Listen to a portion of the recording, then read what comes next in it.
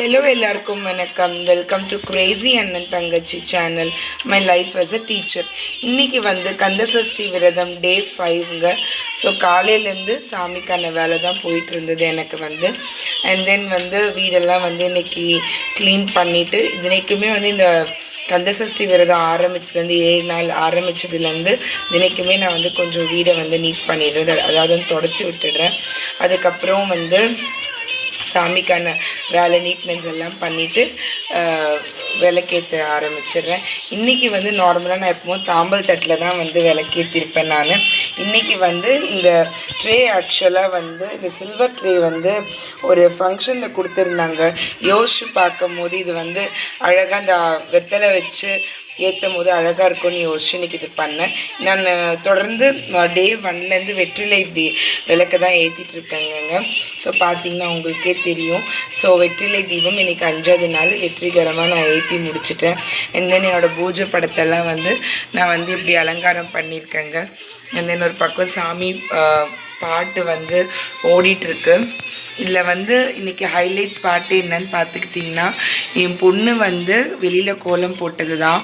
அவ்வளோ அழகாக போட்டிருந்தா. எப்பவும் பூ கோலம் தான் போடுவேன். இன்றைக்கி என்னமோ ஒரு டிஃப்ரெண்ட்டாக போட்டிருந்தா. நான் உங்களுக்கு அதை காட்டுறேன் இருங்க. இந்த பாருங்கள், பார்த்திங்கன்னா உங்களுக்கே தெரியும். ரொம்ப அழகான கோலம் போட்டிருந்தது. கோபுரம் எல்லாம் வச்சு அதுக்கு ஒரு மாதிரி தாமரை மாதிரி எல்லாம் இதழ்கள் விட்டு போட்டிருந்தா ரொம்ப அழகாக இருந்தது. அப்புறமா இதுதான் எங்கள் வீட்டு கிளி. நான் வெளியில் வந்தாலுமே இவர் ஒருத்தர் நடந்துகிட்டே இருப்பார். அதாவது என்னோடய அட்டென்ஷன் அவனுக்கு கிடைக்கணுன்ற மாதிரி. பாருங்கள், நான் பேசுகிறேன்னா அவனும் என் கூட சேர்ந்து ஏதோ ஒன்று பேசிகிட்டே இருப்பான். ஆனால் இந்த மஞ்சள் காக்டெயில் என்னை கண்டுக்காது. ஆனால் இவன் பார்த்துக்கிட்டிங்களா, நான் பேசுகிறேன்னா என் கூட சேர்ந்து அவன் சவுண்டு கொடுத்துட்ருக்கிறான். ஸோ இன்னையோட பூஜை வேலை இப்படி தாங்க போச்சு. சண்டே.